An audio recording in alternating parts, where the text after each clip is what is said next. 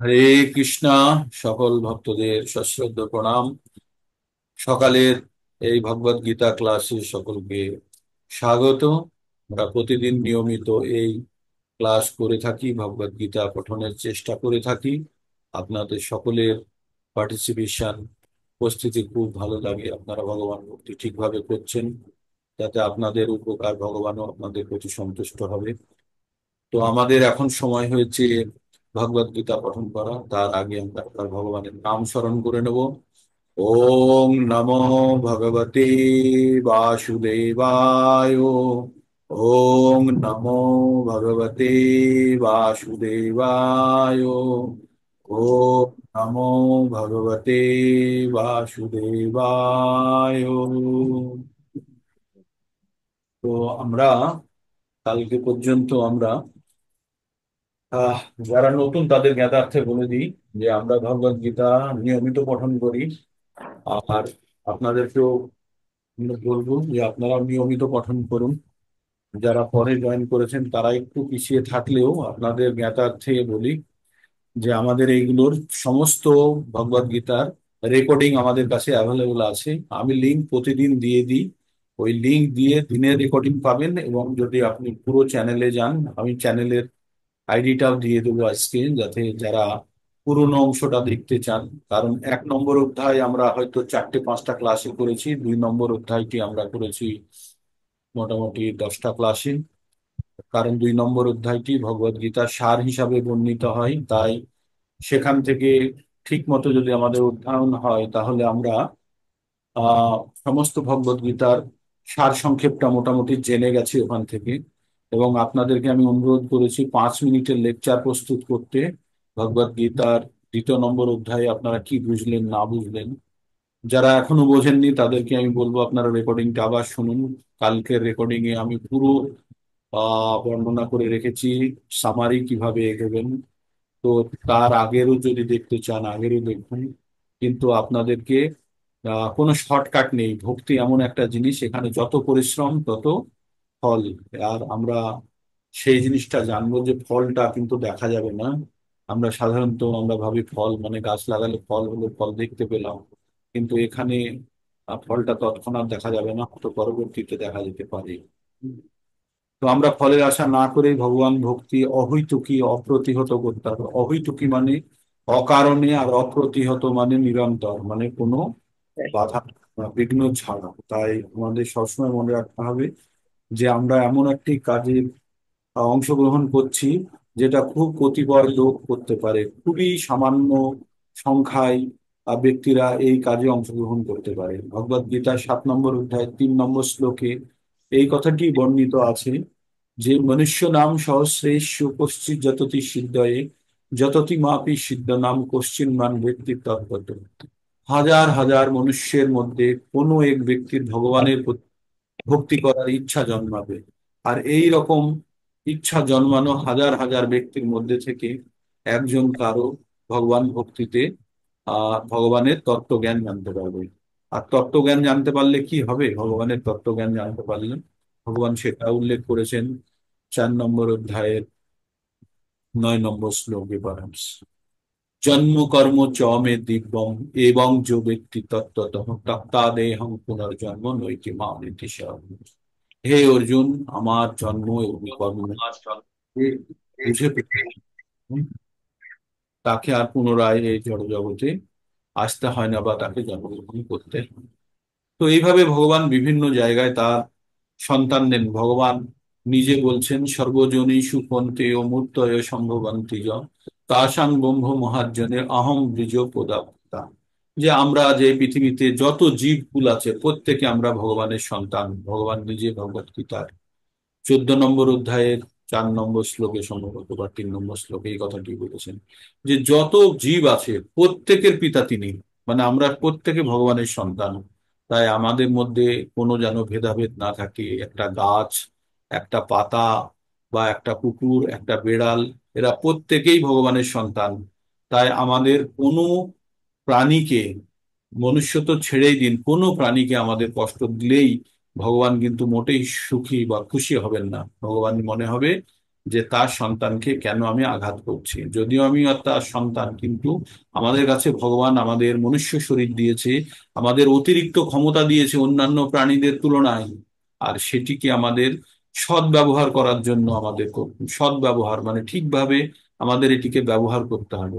আর যারা যারা আমরা এটিকে ব্যবহার করতে পারবো না, তাদের কিন্তু, যদি আমরা ঠিক ভগবানের নির্দেশ অনুযায়ী কাজ না করতে পারি, তাহলে কিন্তু আমাদের পতন অবশ্যম্ভাবী। তাই আমরা কালকে যখন পড়ছিলাম তিনটে গুণের কথা বলছিলাম, আপনারা মনে রাখবেন যে তিনটে গুণের কথা। তিনটে গুণ কি কি বলেছিলাম?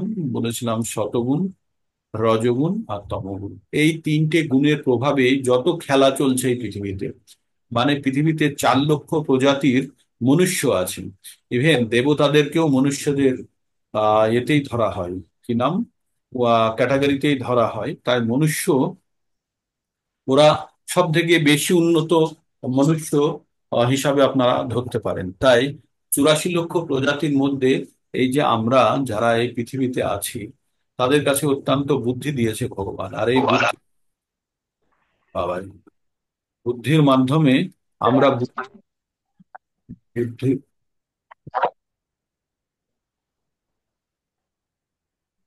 আমরা এই বুদ্ধি দ্বারা এই বুদ্ধি দ্বারা আমরা বুঝতে পারবো, এই বুদ্ধি দ্বারা আমরা বুঝতে পারবো ভগবানকে, ভগবানের সঙ্গে আমাদের সম্পর্ক কি, আর কিভাবে আমরা ভগবানের সঙ্গে পরবর্তীতে যুক্ত হতে পারবো। আমাদের আসল পরিচয় আমরা জানতে পারবো। আর সেটি অর্জুনকে ভগবান বলেছেন 2 নম্বর অধ্যায়ে, অর্জুন, অর্জুন তুমি আম শরীর নও, তুমি আত্মা। এই শরীরটি তোমার বস্ত্রের ন্যায়, আর এই বস্ত্র তোমরা প্রতিবার পরিবর্তন করছো। আর আত্মার কোনো পরিবর্তন নেই। আত্মা আহ চিরস্থায়ী। আত্মা অত্যন্ত সূক্ষ্ম, আত্মাকে অস্ত্র দ্বারা কাটা যায় না। আর আত্মাকে আগুনে পোড়ানো যায় না, আত্মাকে জলে ভেজানো যায় না, আত্মাকে বাতাস দ্বারা শুষ্ক করা যায় না। আত্মার কোনো পতন নেই। আত্মা প্রতিবার শুধু এই বস্ত্র রূপ এই শরীর পরিত্যাগ করে এবং নতুন শরীর ধারণ করে। কেন করে? কেন আত্মা বারবার কেন শরীর পরিত্যাগ করে আর শরীর ধারণ করে? কারণ আত্মা একটা যাত্রা করছে। আপনারা এখান থেকে, কলকাতা থেকে যদি দিল্লি যেতে চান, তাহলে আপনাদের বিভিন্ন বাহনকে ব্যবহার করতে হবে, তাই না? কখনো বাস, কখনো ট্রেন, কখনো ট্যাক্সি, কখনো রিক্সা, কখনো পায়ে চলে। তো এইরকম বিভিন্ন আপনাদের বাহন ব্যবহার করতে হবে। তেমনি আমরা আমাদের এই শরীর নিয়ে আমরা যাত্রা শুরু করেছি কোথায়? আমাদের চরম লক্ষ্য, আমাদের চরম লক্ষ্য কোথায়? ভগবানের ধাম বা ভগবানের আশ্রয়স্থল, যেখানে গেলে আমাদের আর ফিরে আসতে হবে না। তো সেটা হচ্ছে আমাদের জীবনের যাত্রার, জীবনের প্রধান উদ্দেশ্য। আর আমরা এই শরীর নিয়ে একটা যাত্রা করছি, মাত্র সামান্য কিছুটা যাত্রা করব, তারপরে আবার আর একটা শরীর নিয়ে যাত্রা করব। তখন আপনাদের জানতে হবে, আপনারা একটা জায়গা থেকে আর একটা জায়গা যাচ্ছেন। যখন যাত্রা করছেন, সেই গন্তব্যস্থলের অভিমুখে যদি আপনি যাত্রা করেন, তাহলে ধীরে ধীরে আপনার দূরত্ব কমতে থাকবে। কিন্তু যদি আপনি গন্তব্যস্থলে যাওয়ার পরিবর্তে যদি বিপরীত দিকে যেতে থাকেন, তাহলে কিন্তু আপনার যাত্রার দূরত্ব বাড়তে থাকবে। তো তেমনি আমরা এই যে মনুষ্য জীবন নিয়ে, আমরা এই যে 70 বছর, 80 বছর, 90 বছরের একটা জীবন, এই জীবনের মাধ্যমে আমাদের কত বছর অ্যাকচুয়ালি যে ভগবান ভক্তি করার জীবন আমরা পাই, সেটা আমাদের দেখতে হবে। যে ব্রহ্মচর্য, 25 বছর পর্যন্ত পড়াশোনা এবং চাকরি বাকরি, তারপরে আরো 25 বছর সংসার জীবন, 50 বছর পর্যন্ত গার্হস্থ্য জীবন, তারপরে বানপ্রস্থ 25 থেকে 50 থেকে, তারপরে আরো 20-25 বছর মতো বানপ্রস্থ, তারপরে সন্ন্যাস। তো সন্ন্যাস কলিযুগের ধর্ম নয়, আমাদের বানপ্রস্থ থেকেই ভগবান প্রাপ্তি সম্ভব আছে। তবে আমাদের কি করতে হবে? টোটাল আমাদের নিষ্কর্ম, মানে আমাদের অনাসক্ত হয়ে পড়তে হবে। তো তাই আমরা যে এই যে যাত্রা করছি, এই যে মানুষ জীবন, এই যে আমাদের এই জীবন, আমাদের সমগ্র যাত্রার মাত্র একটি অংশ। এই কথাটি আপনাদেরকে কিন্তু খুব সুন্দরভাবে বুঝতে হবে। আমাদের এই জীবন আমাদের যাত্রার একটি অংশ। যেমন আপনি আগেও বললাম, কলকাতা থেকে আপনি যখন দিল্লি যাচ্ছেন, তখন একটা যাত্রা আপনি ট্যাক্সিতে করছেন। ট্যাক্সিতে যাওয়ার পরে ট্যাক্সি থেকে নেমে আবার বাসে চড়বেন, বা বাস থেকে নেমে আপনি ট্রেনে চড়বেন, ট্রেন থেকে নেমে আবার ট্যাক্সি। তো এইরকম ভাবে আমরা বিভিন্ন বাহনে যাত্রা করছি। তো তেমনি আমাদের এই শরীরে একটি নির্দিষ্ট জায়গা পর্যন্ত যাত্রা করতে পারবো। তারপরে যদি যাত্রা যদি আমাদের সম্পন্ন হয়ে যায় তাহলে তো আর শরীর ধারণ করতে হবে না। কিন্তু যদি যাত্রা সম্পন্ন না হয় তাহলে আবার আমাদেরকে আরেকটি শরীর ধারণ করতে হবে। আমাদের একটি নির্দিষ্ট বাড়ি আছে, আছে না, প্রত্যেকের আমরা একটা আশ্রয়স্থল আছে, এটাকে আমরা বাড়ি বলি। এবার আমরা যখন কোথাও যাই, একটা বাচ্চা যখন স্কুলে যায় 4 ঘন্টা 5 ঘন্টা পরে সে আবার বাড়িতে ফিরে আসে। একটা ব্যক্তি যদি কর্মক্ষেত্রে যায়, সেখানে কাজ করে, আবার 8 ঘন্টা 10 ঘন্টা 15 ঘন্টা পরে আবার বাড়িতে ফিরে আসে, তাই না? তো প্রত্যেকটা ব্যক্তির একটি নির্দিষ্ট একটা পার্মানেন্ট বা একটা স্থায়ী ঠিকানা আছে, যেখানে বারে বারে ফিরে আসে। তো আমাদের স্থায়ী ঠিকানা কোথায়? আমাদের স্থায়ী ঠিকানা হচ্ছে ভগবানের চরণাশ্রয় বা ভগবানের ধাম, সেটা হচ্ছে আমাদের স্থায়ী ঠিকানা। কিভাবে আমরা বলবো? এটা কি মন গড়া কথা নয়। ভগবান নিজে বলছেন 15 নম্বর অধ্যায় 7 নম্বর শ্লোকে, মামে বংশ জীবালোকে জীবাভূতম সনাতন মনঃষষ্ঠানি ইন্দ্রিয়ানি প্রকৃতি স্থানী কর্ষতি। বলছে এই জীব লোকে যতগুলো প্রাণী আছে সব আমার অংশ। আগের আগের শ্লোকে ভগবান কি বলল? যে সবাই আমার সন্তান। আর এবার কি বলছে? ভগবান বলছে যে সবাই আমার অংশ। আর তারা কি করছে? এই ভূলোকে জীব লোকে তারা কি করছে? মনঃষষ্ঠানি ইন্দ্রিয়ানি, মন আর আরো 5টি ইন্দ্রিয়কে একসঙ্গে বলছে 6টা ইন্দ্রিয়, চক্ষু কর্ণ নাসিকা জিহ্বা ত্বক, আর এটি হচ্ছে আপনার জ্ঞানেন্দ্রিয়, আর অন্তরিন্দ্রিয় হচ্ছে মন। এই 6টি ইন্দ্রিয়কে সন্তুষ্ট করার জন্য মনঃষষ্ঠানি ইন্দ্রিয়াণি প্রকৃতি স্থানী কর্ষতি। কর্ষতি মানে হচ্ছে কঠিন পরিশ্রম করাকে বলে কর্ষতি। তো সকাল থেকে সন্ধ্যাবেলা পর্যন্ত আমরা শুধু পরিশ্রম করছি কিসের জন্য? মন আর এই 5টি ইন্দ্রিয়কে তৃপ্ত করার জন্য। কিন্তু আমাদের জীবনের আসল উদ্দেশ্য কি? আমাদের জীবনের আসল উদ্দেশ্য হচ্ছে যাত্রা করা। কোথায়? আমাদের নির্দিষ্ট গন্তব্যস্থলের উদ্দেশ্যে। আমাদের গন্তব্যস্থল কি? আমাদের পার্মানেন্ট বাড়ি। আমাদের পার্মানেন্ট বাড়ি কোথায়?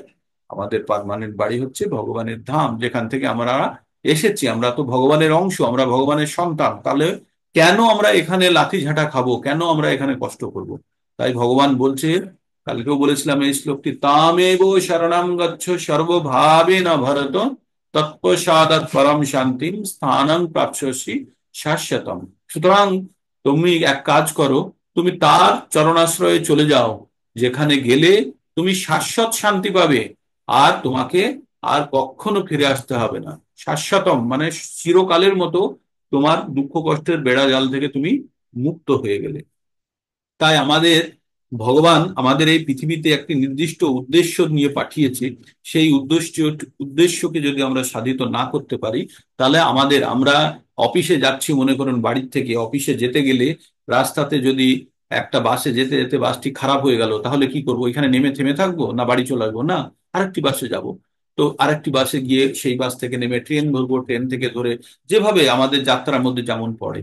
আর যদি কেউ যদি বেশি দূরে যেতে চায় তাহলে কখনো কখনো ট্রেন বা প্লেনে যায়। তবে একটা জিনিস জানতে হবে, প্লেনে গেলে খুব তাড়াতাড়ি পৌঁছানো যায়।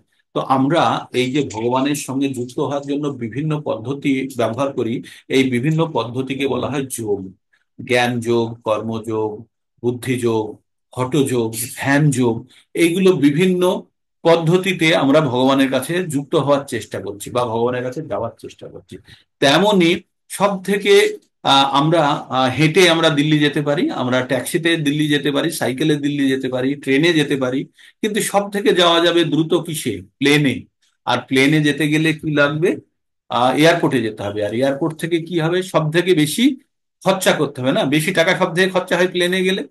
তাই আমাদের যতগুলো যোগ দিয়ে ভগবানের কাছে যাওয়া যায়, তার মধ্যে সব থেকে তাড়াতাড়ি যেতে গেলে হচ্ছে ভক্তি যোগ। আর ভক্তি যোগের মাধ্যমে যেতে গেলে কিন্তু ভক্তি আমাদের ভিতর থেকে ভক্তি জিনিসটা যেন থাকে। এটা কোনো মেকানিক্যাল প্রসেস নয়, এটা কোনো এক্সারসাইজ নয়। এই যে যোগা আমরা বলি যে হাত পা নাড়লাম, পদ্মাসনে বসে গেলাম, চোখ সোজা করলাম, পেটের হাওয়া নিলাম বার করলাম, এগুলো যোগ নয়, এগুলো একটা ফিজিক্যাল অ্যাক্টিভিটিস। কিন্তু যোগ মানে হচ্ছে যেটা আত্মাকে আমরা যখন পরমাত্মার সঙ্গে যুক্ত করার চেষ্টা করব, যখন সেটা হচ্ছে অ্যাকচুয়ালি যোগ। আর আত্মাকে পরমাত্মার সঙ্গে যুক্ত করতে গেলে আত্মাকে একদম স্থির হতে হবে। আর কখন স্থির হবে?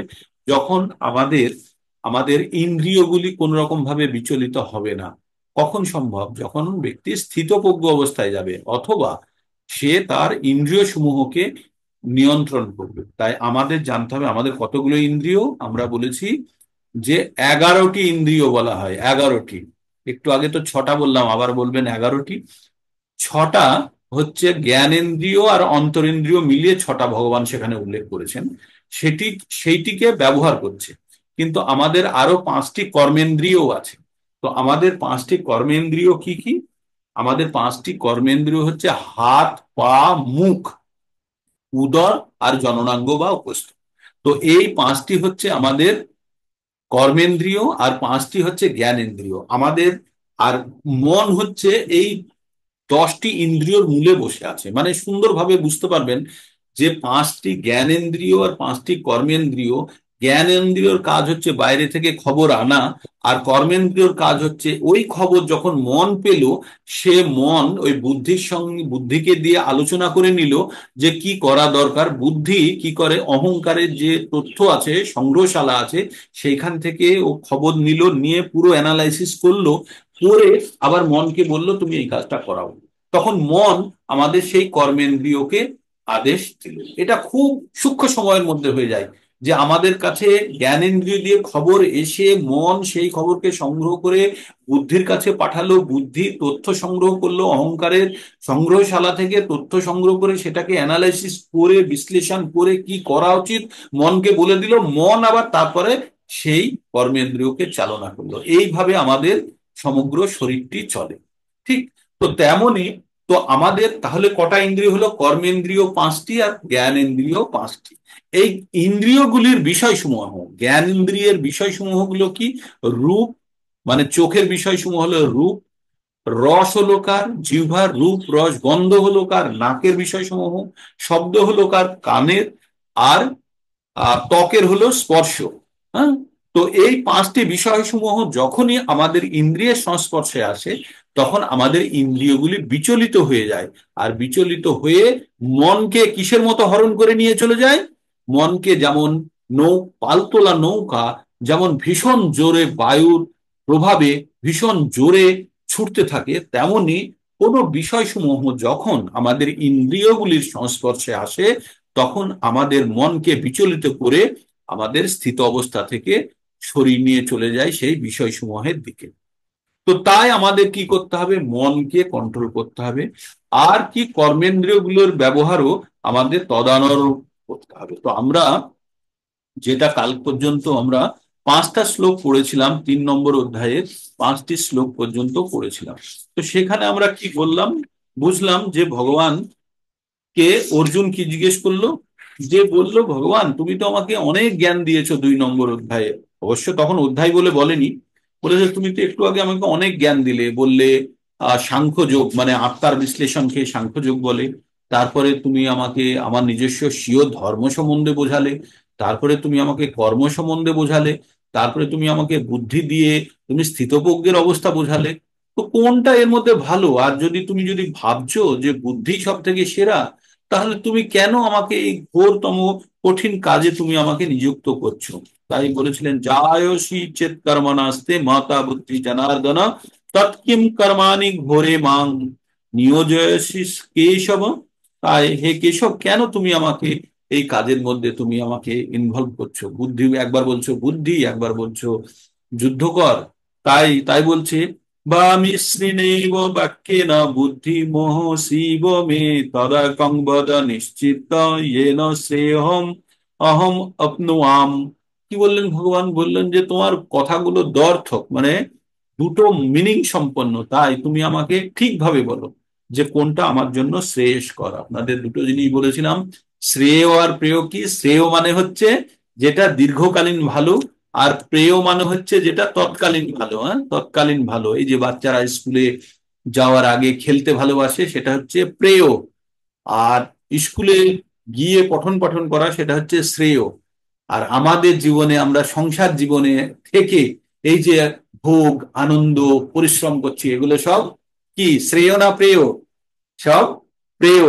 আর শ্রেয় কি? এই যে সকালবেলায় উঠে 4টে 4:30 থেকে আপনারা লড়াইটা লড়ছেন, তার সঙ্গে এই যে ভক্তি করার জন্য যে চেষ্টা করছেন, সেটা হচ্ছে শ্রেয়। তো আমাদের শ্রেয় আর প্রেয়র মধ্যে পার্থক্য বুঝতে হবে। শ্রেয় হচ্ছে আমাদের দীর্ঘকালীন ফল প্রদান করবে, আর প্রেয় হচ্ছে আমাদের তৎকালীন সুখ বা আনন্দ দেবে। ঠিক। তাই আমাদের সবসময় কোনটা পছন্দ করতে হবে? আমাদের শ্রেয় একটু কষ্টকর হবে, তবুও শ্রেয়কেই আমাদেরকে গ্রহণ করতে হবে। আর আপনারা একটা জিনিস বুঝে গেছেন তো, যে এই যে আমাদের মানব শরীরের উদ্দেশ্য, যে আমরা একটা অংশ যাত্রা করে শেষ করে আবার আর একটা অংশে যাত্রা করব। তাই বুদ্ধিমান ব্যক্তিরা যদি জানে যে আমি যে গাড়িতে যাচ্ছি, এই গাড়িটা আমার গন্তব্যস্থলের দিকে পৌঁছতে, প্রথমে তো চেষ্টা করবে যে আমি এই এই গাড়িতে চেপেই আমার গন্তব্যস্থলে পৌঁছবো। কিন্তু যদি আমি জেনে গেলাম যে এটা সম্ভব হচ্ছে না, তাহলে কি করতে হবে? বুদ্ধিমান ব্যক্তি কি করবে?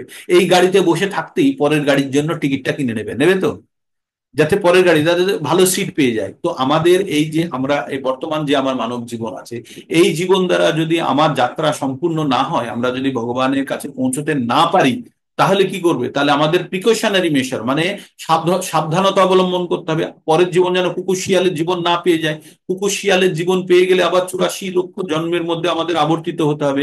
তার পরিবর্তে কি, যে এই মানব জীবনে থাকতে থাকতে যাতে পরের জীবনটা অন্তত যেন ভগবান ভক্তি করতে পারি, এরকম যেন একটা পরিস্থিতি থাকে। তো সেই জন্য ভগবান কি বলে রাখলেন এখানে 2 নম্বর অধ্যায় 40 নম্বর শ্লোকে ভগবান এই কথাটাই বলে রেখেছেন, যে নেহাভি ক্রমনাশস্তি প্রত্যবায়না বিদ্যতে স্বল্পমপস্য ধর্মস্য ত্রয়াতে মহাতো ভয়াত। ভগবান কি বলে রেখেছেন? যে ভক্তির পথে সামান্য অগ্রগতি করে থাকলেও তার কোনো ক্ষয় নেই, বিনাশ নেই, হ্রাস নেই। সেটি পুনরায় পরবর্তীতে সেখান থেকে শুরু হবে। তাই আমরা বারবার বলি, যদি কলকাতা থেকে দিল্লি যাচ্ছেন, যদি আসানসোলে নেমে যান, তাহলে কি হবে? পরবর্তীতে কলকাতায় ফিরে আসতে হবে না, আসানসোল থেকেই দিল্লির জন্য আপনার যাত্রা শুরু হবে। তেমনই আমরা এই জীবনে যদি সামান্য ভক্তি করে থাকি, তাহলে পরবর্তী জীবনে কিন্তু আমরা যতখানি এগিয়ে থেকেছি সেখান থেকে আমাদের যাত্রা শুরু হবে। তাই একটা জায়গাতে ভগবান, অর্জুন অর্জুন ভগবানকে জিজ্ঞেস করেছিল যে ভগবান, আপনি তো আমাকে বলছেন যোগ করুন, যোগ করুন, আমি যদি যোগ করতে পারছি না, তো তাহলে কি আমার আমার কি গতি হবে? তাই ভগবানকে জিজ্ঞেস করেছিল, কশ্চিন্ন ভয় বিভ্রষ্ট, কশ্চিন্ন ভয় বিভ্রষ্ট, ছিন্ন অভ্রমৈব চ, কশ্চিন্ন ভয় বিভ্রষ্ট, ছিন্ন অভ্রমেব চ, অপ্রতিষ্ঠত মহাবাহু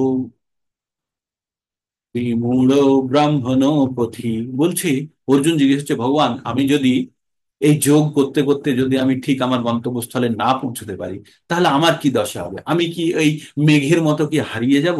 যে একটা বড় মেঘ আছে, তার থেকে একটা ছোট মেঘ যদি বিচ্ছিন্ন হয়ে যায়, ওই ছোট মেঘটি বৃষ্টিও করাতে পারে না। অভ্রম এব চ, অভ্রম, অভ্রম মানে হচ্ছে মেঘের অন্য নাম। মেঘ যদি ছিন্ন হয়ে যায়, কোথায় থেকে? বড় মেঘ থেকে।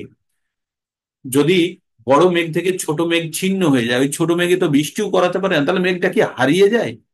তাই অর্জুনকে ভগবান বলছে, খুব মন দিয়ে শুনবেন, প্রাপ্য পুণ্য কিতাং লোকানুস্থিতা শাশ্বতী সমা। কি বলছে?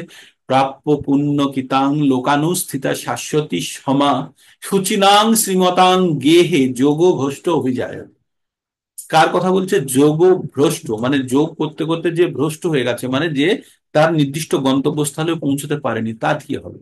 তো ভগবান বললেন যে প্রাপ্য পুণ্য, এই যে সমস্ত কর্মকাণ্ডের ফলেও কিছু পুণ্য অর্জন হয়, তার ফলে কি হবে? ভগবান বলছে, প্রাপ্য পুণ্য কি তান লোকানুস্থিতা শাশ্বতী সমা। কোন উচ্চ লোকে অনেক দিন ধরে সে ভোগ করবে। কি করবে? সে তার পুণ্য ভোগ করবে। আর পুণ্য শেষ হলে কি করবে? সে কোথায় জন্মগ্রহণ করবে? সে করবে শুচিনাম, কোন পবিত্র, পবিত্র ঘর কাকে বলছে? ব্রাহ্মণ কুলকে বলছে পবিত্র কুল, বা কোনো বৈষ্ণব, উচ্চ বৈষ্ণব কুলকে বলছে পবিত্র কুল। শুচিনাম শ্রীমতাং, শ্রীমতাং মানে হচ্ছে যাদের কাছে প্রচুর ধন সম্পত্তি আছে, তাদের কাছে। তাহলে কোথায় জন্ম হতে পারে? সে স্বর্গ সুখ আদি লাভ করার পরে তার জন্ম হবে কোনো উচ্চ কুলে, কোনো ব্রাহ্মণ বা কোনো বৈষ্ণব পরিবারে, যেখান থেকে সে ভক্তি করার জন্য আবার একটা সুযোগ পাবে। বা কোনো ধনী ব্যক্তির বাড়িতে জন্মগ্রহণ করবে, যেখান থেকে সে ভক্তি করার সুযোগ পাবে, কারণ তাকে অন্যান্য জড়জাগতিক চিন্তা থেকে সে যেন বিরত থাকতে পারে। তো সেই কথাই ভগবান বলছে যে ভক্তির পথে যদি সামান্য অগ্রগতি করে থাকে, তার কোনো পতন নেই, পরবর্তীতে সেই কর্মটি আবার কিন্তু সে পেয়ে যাবে। আজকের দিনে আপনারা বলুন তো, যে আমরা যে এই যে মনুষ্য জীবন নিয়ে আছি, একজন হাত তুলে দেখান, বলুন তার কোনো কষ্ট নেই। একজন, আপনারা তো কমপক্ষে আপনারা এই আজকে 28 জন কানেক্টেড আছেন, 28 জন হচ্ছেন, আমি ধরে নিতে পারি 28,000 বা তারও বেশি, 1 লাখ লোকের মধ্যে থেকে আপনারা সিডিং করা মানে বেছে নেওয়া ব্যক্তি। আপনারা যেখানে থাকেন, আপনারা যদি সকলের নাম বলতে শুরু করেন, সকলের নাম আপনারা যারা যারা যাদের নাম বলবেন, 1 লাখ লোকের নাম জড়ো হয়ে যাবে, কিন্তু তার মধ্যে থেকে আপনারা মাত্র এই বিশেষ 28 জন বা 30 জন আপনারা যুক্ত হয়েছেন। আপনারা আমাকে বলুন যে এই যে বিশেষভাবে বাছা আপনারা, আপনারা তো ভগবান ভক্তি করছেন, কিন্তু আপনারা বলুন যে আপনাদের কারো কোনো, একজন অন্তত হাত তুলে বলুন তো আপনার কোনো অসুবিধা নেই, আপনি খুব সুখে শান্তিতে আছেন? পারবেন না। কারণ এই পৃথিবীর নাম কি জানেন? পৃথিবীর নাম আবম্ভ ভুবনল্লোকা পুনরাবর্তী না অর্জুন মামুপেত্যুত কৌন্তেয় পুনর্জন্ম না বিদ্যতে। বলছে ভগবান, বলছে এই ভূলোক থেকে, ভূলোক থেকে ব্রহ্মলোক পর্যন্ত প্রত্যেকটা ব্যক্তিকে জন্মগ্রহণ করে আবার ফেরত আসতে হবে। তাকে আব্রহ্ম ভুবনাল লোকা পুনরাবর্তন অর্জুন, মানে পুনরায় আবর্তিত হতে হবে। কিন্তু যদি ভগবানকে পেয়ে যায় কেউ, তাহলে মাম উপেক্ষিত কন্তেও পুনর্জন্ম না বিদ্যাতে। কিন্তু ভগবানকে যদি কেউ একবার পেয়ে যায়, এটা আগেও বলেছে, জন্মকর্ম চ মে দিব্যম এবং যো ব্যক্তি তত্ত্বতঃ তত্ত্বাদেহং পুনর্জন্ম নৈতি মামেতি সহ অর্জুন। হে অর্জুন, যদি আমার জন্মকর্ম সম্বন্ধে কেউ তত্ত্বগত ভাবে জেনে যায়, তাকে আর পুনরায় জন্মগ্রহণ করতে হবে না। তেমনই বলছে ভূলোক থেকে ব্রহ্মলোক পর্যন্ত যারা যেখানে যে উচ্চ লোকেই যাক, তাদেরকে পুনরায় আবার আবর্তিত হয়ে এখানে এসে যেতে হবে। কিন্তু ভগবানকে যদি কেউ পেয়ে যায়, তাহলে আর তাকে জন্মগ্রহণ করতে হবে না। তাই ভগবান তার আগের শ্লোকে বলছে মামুপেত্তু পুনর্জন্ম দুঃখালয়ম অশাশ্বতম। এই পৃথিবীর নাম কি? দুঃখালয়ম এবং অশাশ্বতম। এই পৃথিবীটা হচ্ছে কষ্টের জায়গা এবং অশাশ্বতম, অস্থায়ী, স্থায়ী নয়। আমার কষ্ট হচ্ছে, আমি ব্যথা হচ্ছে, ইঞ্জেকশন নিয়ে অমুক তমুক করে অ্যাডজাস্ট করেও যদি বলি যে ভগবান আমাকে আর আরো 2 বছর 1 বছর থাকতে দাও, বাঁচতে দাও, হবে না। অস্থায়ী, এটা আমার অস্থায়ী জায়গা। এখানে এটা বাচ্চারা স্কুলে গিয়ে যেমন সারা জীবন স্কুলে থাকে না, স্কুল থেকে বাড়ি ফিরে আসে, তেমনি এই জায়গাটা আমাদের একটা অস্থায়ী কর্মের জায়গা। এখানে কর্ম করতে এসেছি, যেমন আমরা কাজের জায়গায় যাই, অফিসে যাই, গিয়ে সেখানে কাজ করে কি করি, আমরা আবার ফেরত চলে আসি কোথায়? আমাদের স্থায়ী ঠিকানা বাড়িতে। তেমনি আমরা এখানে আমরা কর্ম করতে এসেছি, কর্ম করে আমরা আবার ফিরে যাব। কিন্তু আমরা কাজের জায়গায় গিয়ে যদি কাজের জায়গার প্রতি আসক্ত হয়ে গিয়ে আমরা যদি অফিসের ম্যানেজারকে বা অফিসের মালিককে বা যে আছে সর্ব আহ, উচ্চ পদে, তাকে যদি বলে আমার অফিসই ভালো লাগছে, আমি অফিসেই থাকতে চাই, সে কি বলবে? বলে ভাগ এখান থেকে, যা বাড়িতে যা। তাই না? তো তেমনই আমরা এই পৃথিবীতে এসেছি কর্ম করে, আমাদের কর্মবন্ধন থেকে বা আমাদের যত কিছু জমানো ইচ্ছা অনিচ্ছা আছে সবকিছু মিটিয়ে এখান থেকে চলে যাওয়া। মানব জীবনের 4টে পরমার্থ আছে কি? ধর্ম, অর্থ, কাম ও মোক্ষ। ধর্মের পথে থেকে অর্থ উপার্জন করে যত ইচ্ছা আছে সব পূরণ করে নিতে হবে, না হলে ইচ্ছা যদি পূরণ না হয় পুনরায় কিন্তু আসতে হবে। দুটো রাস্তা, ইচ্ছা পূরণের দুটো রাস্তা আছে। এক হচ্ছে কাজ করে প্রচুর অর্থ উপার্জন করে সেই অর্থ দিয়ে আপনার ইচ্ছাকে পূরণ করলেন, সেটা যদি অর্থের বিনিময়ে করা যায়। আরো অনেক ইচ্ছা আছে যেটা অর্থের বিনিময়ে করা যাবে না। সেই ইচ্ছা যদি আপনার পুঞ্জীভূত থাকে, জমা যদি থাকে, তাহলে কিন্তু আবার পুনরায় আসতে হবে। তাই ভগবান বলছে যে যত কিছু তোমার মধ্যে ইচ্ছা অনিচ্ছা আছে সব ড্রপ করে দাও, না হলে কিন্তু পুনরায় ফেরত আসতে হবে। একদম কোনো উপায় নেই। তো তাহলে বুদ্ধিমান ব্যক্তি কি করবে? এই বারবার এই পৃথিবীতে আসবে, জন্মগ্রহণ করবে আর কষ্ট করবে। কতগুলো কষ্ট আপনাদের বলেছি, 7টি কষ্টের কথা বলেছি। কি কি কষ্টগুলি? জন্ম, মৃত্যু, জরা, ব্যাধি। প্রত্যেকটা মানুষের জন্ম হলেই তার মৃত্যু হবে। আর কি হবে? জরা, মানে সে বৃদ্ধ হবে। আর তার ইয়ে হবে, ব্যাধি হবে। বুড়ো হলেই তার ব্যাধি হবে। তো জন্ম, মৃত্যু, জরা, ব্যাধি। আর বলছে আদি আত্মিক, আদি ভৌতিক আর আদি দৈবিক। এই 3 ধরনের, 3টে আর 4টে, 7টা প্রবলেমের মধ্যে সবসময় যেতে হবে। তাহলে বুদ্ধিমান ব্যক্তিরা কি করবে? এই ঝামেলার বাইরে বেরোতে হবে। আর এই ঝামেলার বাইরে বেরোতে হলে আমাদের কি করতে হবে? আমাদের ভগবান বলেছে মামু পেত্তু পুনর্জন্ম দুঃখালয়ম অশাশ্বতম। আমাকে পেয়ে গেলে আর এই দুঃখালয়ম অশাশ্বতম বা এই অস্থায়ী জায়গায় আর কাউকে জন্মগ্রহণ করতে হবে না। হুম। মামু পেত্তু পুনর্জন্ম দুঃখালয়ম অশাশ্বতম নাপনুবন্তি মহাত্মান স্বয়ং সিদ্ধিম পরনাম গতা। বলছে যে সে আমার কাছে চলে আসলে সে সিদ্ধ লাভ করবে, মানে পরম সিদ্ধি লাভ করবে আমার কাছে এসে পৌঁছে গেলাম। ঠিক। তো এই কথাটি আমাদের সবসময় স্মরণ রাখতে হবে, আমরা বর্তমান জীবনে যে যে কাজগুলো করছি, যা কিছু করছি, সবই কিন্তু আমরা ওই স্কুলে এসে পড়াশোনা করার মতো, আমাদের কিন্তু বাড়ি ফিরতেই হবে। এই জিনিসটা মাথার মধ্যে সুন্দরভাবে বসিয়ে নিন। এটা আমাদের স্থায়ী ঠিকানা নয়, এটা অত্যন্ত টেম্পোরারি। আপনারা প্রত্যেকে বুকে হাত দিয়ে বলুন, আপনার দাদুর দাদুর নাম জানেন? জানেন আপনার দাদুর দাদুর নাম? মানে গ্র্যান্ডফাদার্স এর নাম জানেন না? অনেকেই জানেন না, হয়তো দুই একজন 25 জানতে পারেন। বা তার বাবার নাম জানেন? বা তার বাবার নাম জানেন? জানেন না। কেন জানেন না? তারা কি ছিলেন না? তারা ছিলেন। তারই প্রমাণ আমরা। তাই না? তারা তো অবশ্যই ছিলেন। কিন্তু তারা কোথায় চলে গেছে? তারা সময়ের কালে, তারা সময়ের বাহনে তারা বয়ে চলে গেছে। তো সময়ের স্রোতে আমরাও বয়ে চলে যাব। তাহলে আমাদের জীবনের প্রত্যেকটা মুহূর্ত আমাদের জানতে হবে যে আমাদের কাছে একটা পরম সুযোগ আছে এই মনুষ্য জীবন পেয়ে আমরা আমাদের জীবনকে সঠিকভাবে ব্যবহার করার জন্য। আর মনুষ্য জীবনের সঠিক ব্যবহার তখনই হবে যখন আমরা জীবনের উদ্দেশ্য বুঝবো।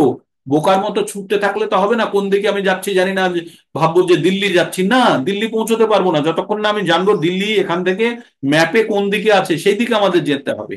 আর আমাদের জানতে হবে, ম্যাপটা দেখা শিখতে হবে, আর আমি কোথায় আছি সেটাও জানতে হবে। তেমনি আমাদের প্রত্যেকের নিজস্ব অবস্থা বুঝতে হবে, আমি কে প্রথমে জানতে হবে। আর আমার যাত্রাপথ কোথায় থেকে কোথায়, এই জীবন আমি কতখানি যাত্রাপথ অতিক্রম করতে পারবো, আর আমি কতখানি বুদ্ধিমান যে এই জীবন থাকতে থাকতে আমি পরবর্তী জীবনের জন্য একটি ভিত্তি প্রস্তর যাতে আমি স্থাপন করতে পারি, আমি যাতে এই গাড়ির থেকে নামার আগে যেন অন্য গাড়িতে টিকিট কিনে নিতে পারি। এটাই তো বুদ্ধিমান ব্যক্তির কাজ। আপনারা যদি কলকাতা থেকে যদি দিল্লিতে যেতে চান, কতদিন আগে রিজার্ভেশন করেন? করেন তো? করেন তো? প্রিপারেশন থাকে তো, যে 2 মাস আগে 3 মাস আগে রিজার্ভেশন করা হয়। কিন্তু আমরা যে এই পৃথিবী ছেড়ে আমরা এখান থেকে পার্মানেন্টলি ফেরত চলে যাব, মানে চলে যাব, কোথায় যাব, কিভাবে যাব, কোনো আমাদের হিসাব আছে? কোনো প্ল্যানিং আছে? যদি না থাকে তাহলে সব থেকে সে বড় বোকা। আমরা এখান থেকে 4 দিনের জন্য 5 দিনের জন্য কোথাও বেড়াতে গেলে বোচকা বুচকি কত পোটলা পুটলি বেঁধে নিই আমরা, তাই না? এই দুটো সুটকেস, এই 3টে ব্যাগ, অমুক তমুক কত কি সাজিয়ে গুছিয়ে, এই রিজার্ভেশন করো, তাকে বলে রাখো, সে সেখান থেকে আপনাকে রিসার্ভ করবে, হোটেল বুকিং করো, কত কিছু করি। কিন্তু এখান থেকে যখন পার্মানেন্ট যাব, তার জন্য আমাদের প্রিপারেশন কি? আমরা কোথায় যাচ্ছি? এই উড়ে চলে গেলাম, কোথায় গেলাম জানি না। পরীক্ষার খাতায় বসে যদি বলি আমি পড়িনি, আমি তো জানি না কি লিখতে হবে, তাহলে সে ফেল। তো আমরা কিন্তু যদি ক্লাসে মাস্টারমশাই আগে বলে দেয় এই এই কোশ্চিন গুলো আসবে, বাবু তোমরা পড়াশোনা করে নাও, তাহলে পরীক্ষায় পাশ করে যাবে। তো আজকের দিন আমরা তো তাই করছি। আমরা সেটাই জানার চেষ্টা করছি যে আমাদের কি করা উচিত, আর কি করলে আমাদের এই কষ্টের জীবন থেকে বেরোতে পারবো। প্রত্যেকটা ব্যক্তি কষ্টের মধ্যে আছে, প্রত্যেকটা ব্যক্তি, কারণ পৃথিবীর নামই দুঃখালয় মশাস্যকম। কেউ যদি জেলের মধ্যে যায়, গিয়ে কেউ যদি বলে জেলের মধ্যে থেকে আমি সব থেকে সাধু মানুষ খুঁজে বার করবো, পারবেন? পারবেন না, কারণ জেলের মধ্যে সাধু পাবেন কি করে? প্রত্যেকে কিছু না কিছু অন্যায় দোষ করেছে, তার জন্যই তারা জেলে আছে, তাই তো? কিন্তু জেল থেকে বেরোনো, যদি জেলের নিয়ম মানে, তাহলে জেল থেকে বেরোনো সময়ের অপেক্ষা। তেমনি আমরা পৃথিবীতে যারা এসেছি প্রত্যেকটা মানুষ, আমরা কোনো না কোনো অন্যায় করেছি, তাই পৃথিবী রূপী জেলের মধ্যে আছি। তাই এই জেল থেকে বেরোতে হলে আমাকে কি করতে হবে? জেলের নিয়ম মেনে আমাকে, জেলের যা নিয়ম আছে নিয়ম মেনে আমাকে অপেক্ষা করতে হবে, তবে সময়ের সাপেক্ষে আমি বেরিয়ে আসবো। তাহলে আমাদের জীবনের নিয়মগুলো কি, সেগুলোকে আমরা ঠিকভাবে মানছি? যদি জেলের মধ্যে কোনো কয়েদি যদি জেলের নিয়ম না মানে, তাহলে কি হবে? পুনরায় তার জেল হবে। তো তেমনি আমরা যেহেতু এই ভুলোকে এসে আমাদের যেটা করা উচিত সেটা করার পরিবর্তে আমরা অন্যায়, অবিচার, যা কিছু করা উচিত নয় সেই সব জিনিস করছি, তাহলে কি হবে? পুনরায় আমাদের আবার জেল। তো এইভাবে আমরা জন্ম মৃত্যু চক্রে আবর্তিত হতে থাকছি। তো বুদ্ধিমান ব্যক্তির কাজ কি হবে? বুদ্ধিমান ব্যক্তির কাজ হবে যে এই জন্ম মৃত্যুর এর থেকে বেরোনো, আর সেটারই প্রচেষ্টা চলছে আমাদের। প্রত্যেক দিন সকালে আমরা ভগবত গীতা থেকে এই জ্ঞান অর্জন করবো। আমি যে কথাগুলো বললাম, এই কথাগুলো টোটাল ভগবত গীতার সার হিসাবে আপনারা ধরে নিতে পারেন। ভগবত গীতা থেকে এই যে কথাগুলো, সমস্ত কথাগুলো ভগবত গীতাকে মিক্সিতে দিয়ে যদি নির্যাস বার করেন, তাহলে সেটাই আপনাদের বলতে হবে। তো এইভাবে আমরা এগোতে থাকবো। আজকে শ্লোক তো এগোলো না, শ্লোক তবু আমি পড়বো, দুটো তিনটে তো পড়তেই হবে। কর্মেন্দ্র 6 নম্বর শ্লোকটি পড়ছি। কর্মেন্দ্রিয়ানি সংযম্য যো আস্তে মনসা স্মরণ ইন্দ্রিয়ার্থানাম বিমূঢ়াত্মা মিথ্যাচার স উচ্যতে। এক্ষুনি আপনাদের যে কথাটি বললাম তাই আবার পুনরায় এসে গেছে। কি বলছে?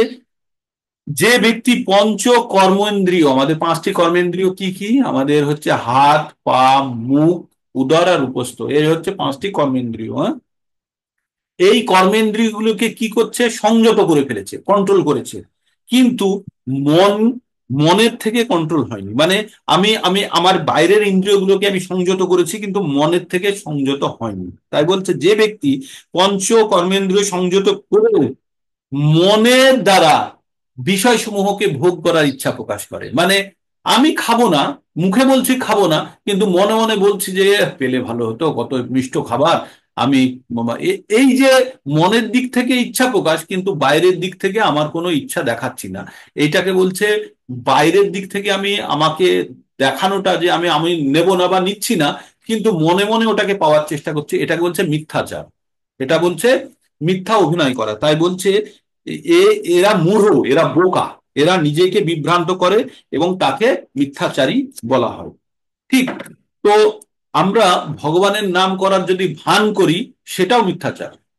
মানে আমরা অন্যকে দেখানোর জন্য যদি আমরা যদি মিথ্যা আমি খুব ভগবান ভক্তি করছি, অমক করছি, তখন দেখানোর জন্য যদি করি, সেটা মিথ্যাচার। কারণ আমার অন্য উদ্দেশ্য মনের মধ্যে আছে, তাই এটা মিথ্যাচার। কিন্তু আমাদের দেখানোর কোনো প্রয়োজন নেই। আমাদের ভগবান ভক্তি হচ্ছে ভগবানের সঙ্গে যুক্ত হওয়ার পদ্ধতি, নিজে নিজে স্থাপন করব, তাই না? তার জন্য অন্য কেউ সাহায্য করলে করব, কিন্তু আমরা ফলাও করে চিল্লিয়ে বলে বেড়াবো না আমি ভক্তি করি, আমি অমক করি, তমক করি। ওরা যারা মূর্খ, যারা বোকা, যারা মিথ্যাচারী, তারা বলবে। ঠিক। তারপরে 7 নম্বরে কি বলছে, যস্ত্রিন্দ্রিয়াণি মনসা নিয়ম ভার নিয়ম নিয়ম আরভতে অর্জুন কর্মেন্দ্রিয়ায় কর্ম যোগ আসক্ত স বিশিষ্যতে।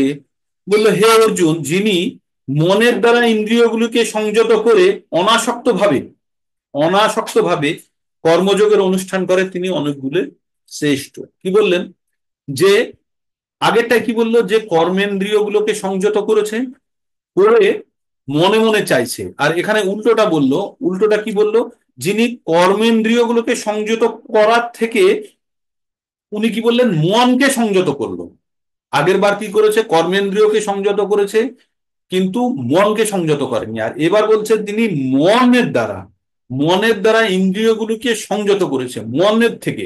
আর কি করেছে, এই কর্মেন্দ্রিয়গুলোকে ভগবানের জন্য, কৃষ্ণ ভাবময় কর্মযোগের জন্য ব্যবহার করছে, সেটা অনেক শ্রেয়। কার থেকে শ্রেয়, আগের থেকে। আগে কি করলো, আগের বার বললো যে সে কর্মেন্দ্রিয় দিয়ে কোনো কাজ করছে না, কিন্তু মনে মনে সে, তার একটা চুরি করার প্রবণতা আছে, মনে মনে ভোগ করার ইচ্ছা আছে। তার পরিবর্তে ভগবান বলছে, তার পরিবর্তে ভগবান বলছে যে মনকে সে কন্ট্রোল করে তার অঙ্গ প্রত্যঙ্গ গুলো, তার কর্মেন্দ্রিয় গুলোকে ভগবানের সেবার জন্য ব্যবহার করছে, সেটা অনেক ভালো। হম। তো এইভাবে 7 নম্বর বললো। তারপরে ভগবান কি বললেন, নিয়তং কুরু কর্ম তং কর্ম যায় হি কর্মণং শরীরাপি চ তেন প্রসিদ্ধ অকর্মণং। কি বললো, যে তুমি শাস্ত্র নির্ধারিত কর্মের অনুষ্ঠান করো। আমরা যে কোনো জিনিসটা মন গড়া নয়, শাস্ত্র নির্ধারিত কর্মের অনুষ্ঠান করো। কারণ কর্ম ত্যাগ করে কর্ম ত্যাগ করার থেকে কর্মের অনুষ্ঠান শ্রেয়। কর্ম না করে কেউ দেহযাত্রা নির্বাহ করতে পারে না। আমরা প্রত্যেকে যারা বেঁচে আছি, আমাদের প্রত্যেকটা মুহূর্তে কোনো না কিছু কর্ম করতে হচ্ছে। কর্মটা কি কর্ম করতে হচ্ছে আমাদেরকে, শ্বাস নেওয়াও একটা কর্ম, যে কোনো অ্যাক্টিভিটি করাই কর্ম। তার মানে এই শরীর বাঁচিয়ে রাখতে গেলে কিছু না কিছু কর্ম করতে হবে। আর এই কর্মের যেন আমাদের বন্ধন না আসে, এই কর্ম যেন আমাদেরকে পুণ্য বা পাপে না দিয়ে দেয়। পুণ্য বা পাপ পেলেই কিন্তু আমাদেরকে আবার পরবর্তী জীবনে আমাদের জন্মগ্রহণ করতে হয়। তাই বলছে, তাই এখানে কি বললো, এখানে বললো যে আমাদের জীবন যাত্রার জন্য আমাদের কিছু না কিছু কর্ম করতে হবে। তাই আমি কর্ম ত্যাগ করে বাঁচার কোনো রাস্তা নেই। তাই কি করতে হবে, কর্মগুলোকে আমাদের কি করতে হবে, আমরা কর্ম ত্যাগ করে আমরা কোনো উপায়ে আমরা বাঁচতে পারবো না। তাই শাস্ত্রবিহিত কর্ম করতে হবে।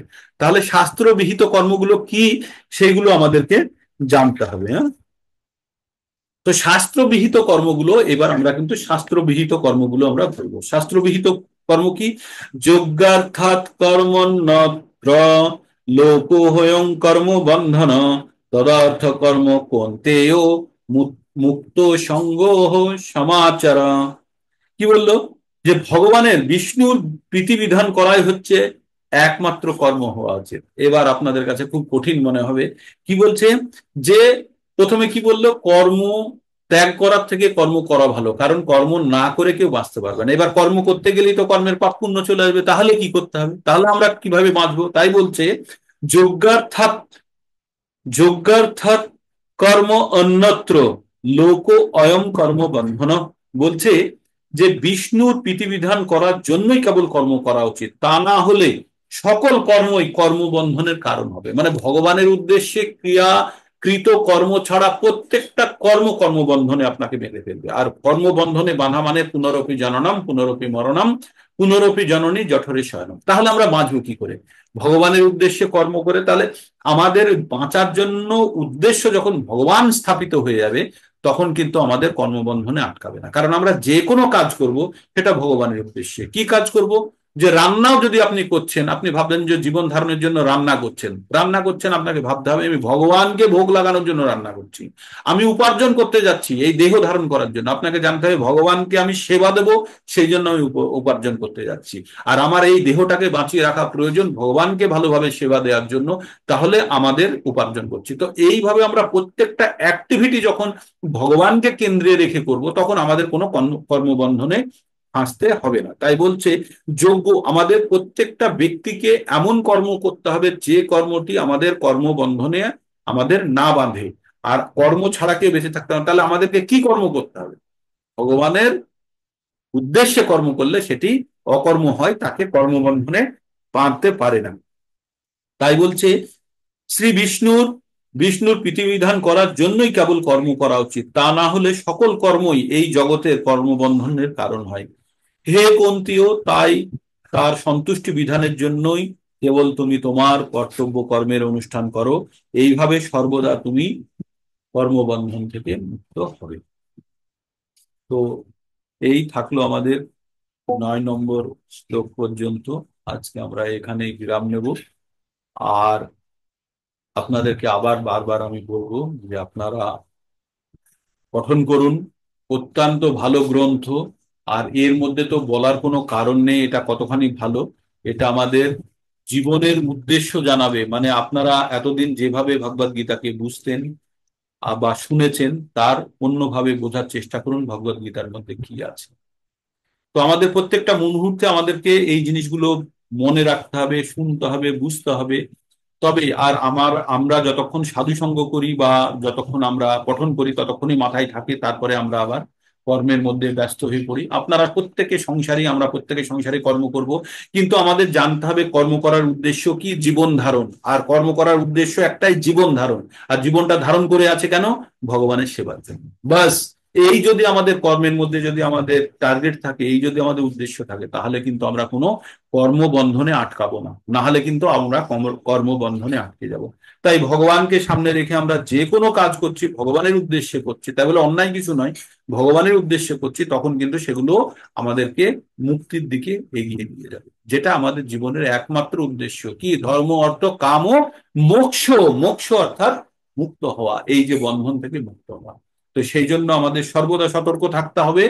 আর ভগবানের নামের জন্য নিরন্তর আমাদের কি করতে হবে? হরে কৃষ্ণ কৃষ্ণ কৃষ্ণ হরে হরে, হরে রাম রাম রাম হরে হরে। ভগবানের পবিত্র নাম জপ করুন।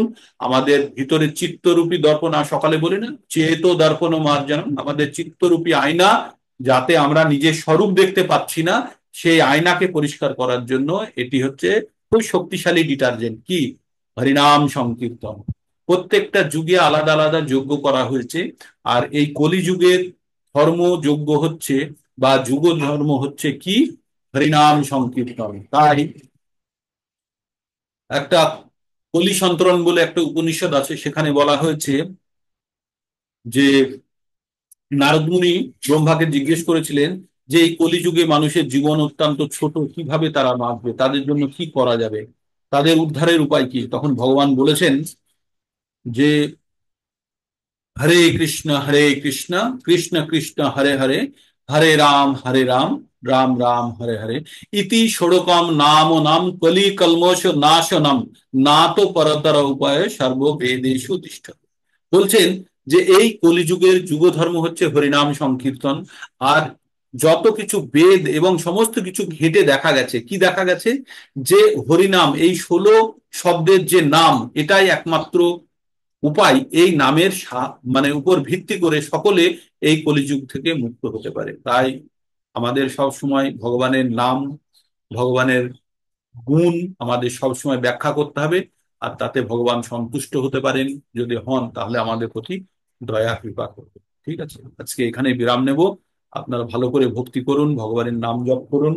আর যাদের যাদের কাছে গ্রন্থ নেই, প্লিজ আপনারা সংগ্রহ করুন এবং আরো আপনারা অন্যদেরকে উৎসাহিত করুন। ভগবানের নাম, ভগবান বলেছেন জয় দাম পরমম গুহ্যম মদ ভক্তেষু অভিধাস্যতি ভক্তম মহি পরম কীর্তা মামেব ঈশ্বস্য সংশয়। বলছে এই গোপন জ্ঞান, এই পরম জ্ঞান যে আমার ভক্তদেরকে প্রদান করে, তার থেকে প্রিয় আমার কাছে কেউ নেই। হ্যাঁ, আমার কাছে কেউ নেই। তাই সে আমার কাছে অবশ্যই আসবে, তাতে কোনো সন্দেহ নেই। তাই ভগবান তার কাছে ডেকে নেওয়ার জন্য বিভিন্ন রাস্তা দিয়েছে। যে কোনো একটি রাস্তা ব্যবহার করুন। ভগবানের নাম নিজে আগে নিজেকে তৈরি করুন, তারপরে আপনি অন্যকে এই ভগবানের জ্ঞান দিন, বা ভগবানের জ্ঞান দেওয়ার জন্য যার কাছে জ্ঞান আছে তার কাছে নিয়ে যান। সেটাই হবে সব থেকে ভালো সেবা। ক্যামেরা অন করুন একবার, আপনাদের সকলের একবার।